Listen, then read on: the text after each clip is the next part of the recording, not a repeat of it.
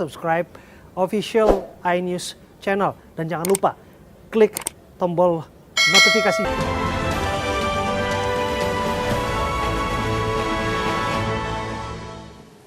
Anda kembali di iNews Siang, pemirsa. Presiden Joko Widodo meninjau vaksinasi massal di Jawa Timur.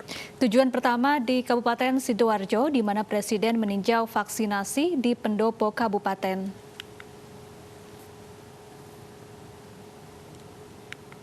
Presiden Joko Widodo dan rombongan tiba di Kompleks Pemkab Sidoarjo, Jawa Timur.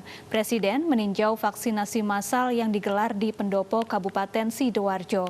Vaksinasi massal digelar untuk kalangan umum. Selain di pendopo kabupaten, vaksinasi massal juga digelar di RSUD Sidoarjo dan sejumlah rumah sakit rujukan.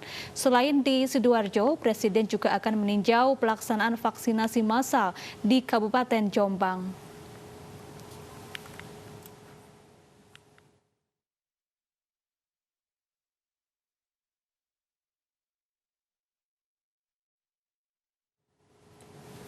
Kementerian Kesehatan menggelar vaksinasi COVID-19 bagi lansia di Balai Besar Pelatihan Kesehatan Kampus Hang Jebat, Jakarta. Vaksinasi berlaku bagi lansia yang ber-KTP di dalam dan luar Jakarta. Sejak 1 Maret lalu, vaksinasi lansia digelar di BPPK Jakarta. Namun hari ini Kementerian Kesehatan bersama Dinas Kesehatan Provinsi DKI Jakarta baru membuka layanan vaksinasi COVID-19 bagi lansia ber-KTP non-DKI Jakarta. Mekanisme pendaftaran bisa dilakukan secara daring melalui loket.com. Lansia yang mendaftar usianya minimal 60 tahun. Alur pelaksanaan vaksinasi COVID-19 dimulai dengan registrasi ulang, screening kesehatan, penyuntikan vaksin, dan observasi. Selama proses pelaksanaan, lansia boleh didampingi oleh seorang anggota keluarga.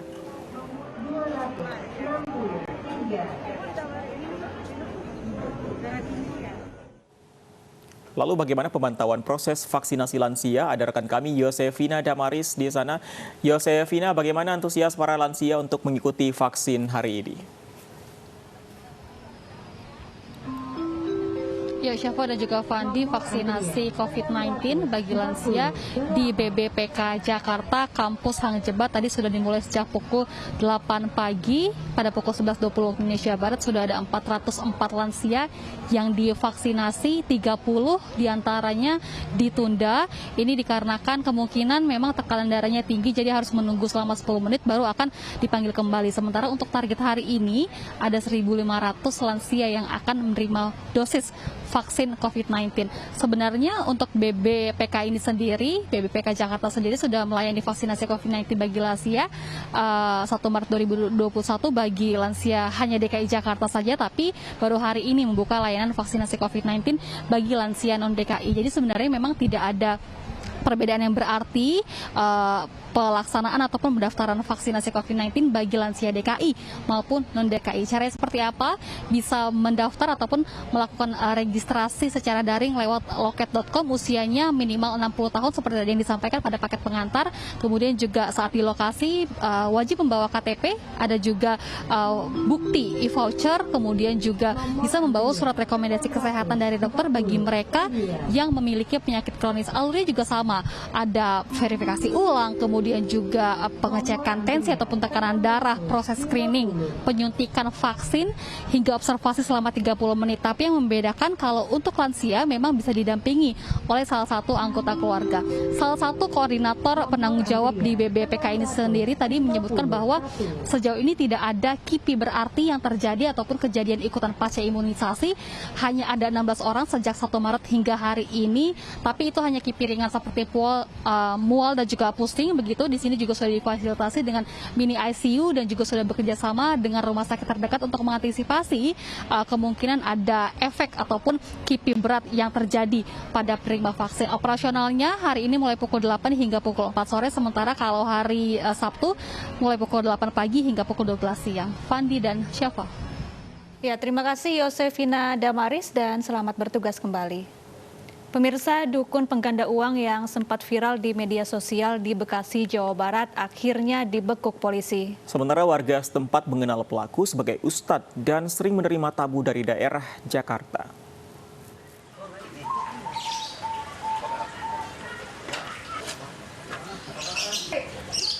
Seperti inilah kondisi rumah Herman, seorang dukun penggandaan uang di Kampung Ujung Harapan, Kelurahan Bahagia, Kecamatan Babelan, Kabupaten Bekasi, Jawa Barat. Rumah dukun pengganda uang yang sempat viral di media sosial kini dalam kondisi sepi. Herman dibekuk petugas reskrim Polsek Babelan setelah video dirinya menggandakan uang kertas Rp100.000 viral. Sementara warga setempat mengenal pelaku sebagai ustadz dan tidak mengetahui bahwa Herman adalah pelaku penggandaan uang. Warga hanya mengetahui bahwa rumah pelaku sering didatangi tamu yang kebanyakan datang dari Jakarta. Kalau di wilayah saya sendiri sini belum pernah ada yang istilahnya dengar masalah tipu menipu, nggak ada. Kalau ini tamu dari luar semua banyak kan? Dari luar. Video dukun penggandaan uang ini pertama kali viral di media sosial Facebook. Dalam video yang beredar, tampak seorang pria mengenakan peci hitam duduk di lantai. Di depannya tampak sejumlah kotak serta plastik hitam. Ia kemudian memasukkan sesuatu ke dalam kotak dan tak lama terlihat uang kertas 100.000-an dalam jumlah banyak berhamburan.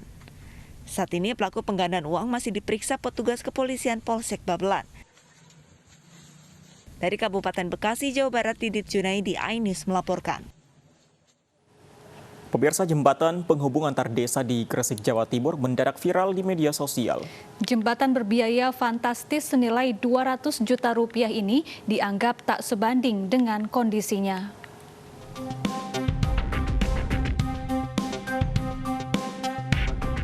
Inilah jembatan berukuran 4x4 meter di Desa Wadak Kidul, Kecamatan Duduk Sampean, Kabupaten Gresik yang viral dan menghebohkan jagat maya. Jembatan penghubung antar desa ini viral setelah seorang warganet mengunggahnya di media sosial. Tak lama, komentar pun berdatangan.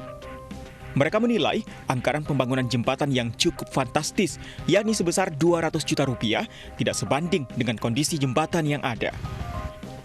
Hal ini pun langsung ditanggapi Kepala Desa Wadak Kidul. Menurutnya, pembangunan jembatan sudah sesuai dengan rencana anggaran biaya atau RAB, serta telah diverifikasi Dinas Pekerjaan Umum Kabupaten Gresik. Pak, kalau ada yang tanya tentang ini, bahwa ini RAB, pembuatan jembatan sesuai dengan RAB dan sudah diverifikasi oleh tim. Sisanya 64 juta. Sekarang masih. Sementara perwakilan Asosiasi Kepala Desa Kecamatan Duduk Sampean menyebut kesalahpahaman terkait jembatan ini dikarenakan pemerintah Desa Wadak Kidul kurang paham dalam membaca RAB. Mengingat RAB dibuat oleh pihak kecamatan. Di RAB pembangunan itu tidak hanya ada pembangunan jembatan, akan tetapi ada sarana penunjang lainnya, yaitu jalan betonisasi di situ. Asosiasi Kepala Desa pun mengimbau para kepala desa agar mempelajari RAB sebelum mengerjakan proyek pembangunan agar kesalahpahaman serupa tidak terulang. Dari Gresik, Jawa Timur, Agus Ismanto, iNews melaporkan. Pemirsa, pasca korupsi Bansos COVID-19 dengan tersangka mantan Menteri Sosial Juliali Batubara, pegiat anti korupsi membuka pos pengaduan Bansos. Pos pengaduan dibuka karena ada hak rakyat yang dikorupsi dari tiap paket Bansos. Informasi selengkapnya Anda bisa klik di www.sindonews.com. Pemirsa, polisi telah memeriksa sejumlah orang dalam video penganiayaan kucing di halaman sebuah sekolah di kawasan Serpong, Tangerang Selatan. Informasinya usai jeda, tetaplah bersama kami.